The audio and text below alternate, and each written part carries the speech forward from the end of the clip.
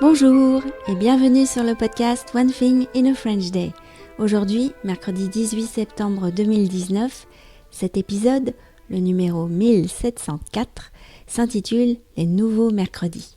Je m'appelle Laetitia, je suis française, j'habite près de Paris et je vous raconte au travers de ce podcast un petit bout de ma journée. Le texte de ce podcast est disponible en vous abonnant à la newsletter sur www.onethinginafrenchday.com. Je vous repose à nouveau la question car j'ai très envie d'avoir beaucoup de réponses.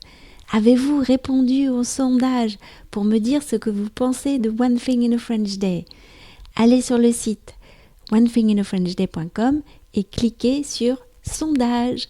D'avance, un grand merci. Les nouveaux mercredis. Pour cette dernière année de primaire, nous avons encore changé de rythme scolaire.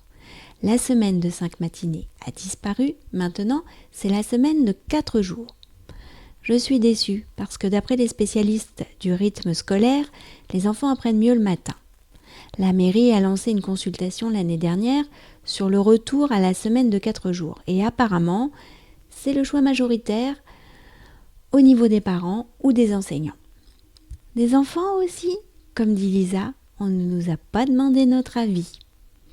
Nous voilà donc avec des journées plus longues et pas d'école le mercredi.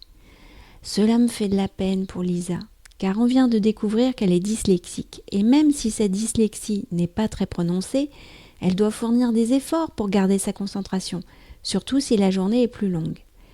Et puis, les 2 dernières années n'ont pas été très joyeuses au niveau des maîtresses ou bien des camarades de classe. J'ai un peu le blues à ce sujet. De mon côté, le mercredi matin, je travaillais bien. Comme les enfants, je travaille mieux le matin.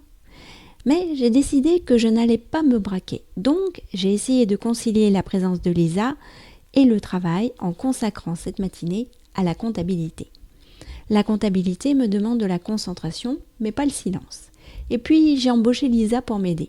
Par exemple, ce matin, nous avons rangé des factures de 2018. Regarde, celle-là porte le numéro 4918, ai-je dit. Elle va donc avant la 4917, dans le classeur. Maman, pourquoi tu dis 4918 alors qu'il y a écrit 4918? Ah, parce que c'est plus simple pour s'y retrouver quand tu fais du classement. Par exemple, celle-ci commence par 48. Je sais donc tout de suite qu'il faut que j'aille au début du classeur. Ensuite, je regarde les derniers chiffres, 98.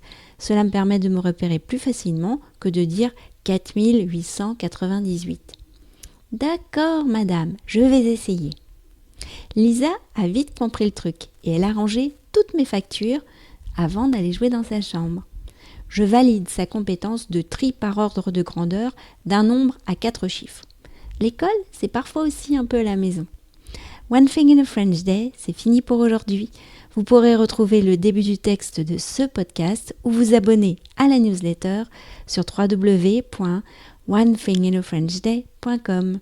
Si vous avez envie de m'envoyer un message, voici mon adresse email frenchday@gmail.com. À demain!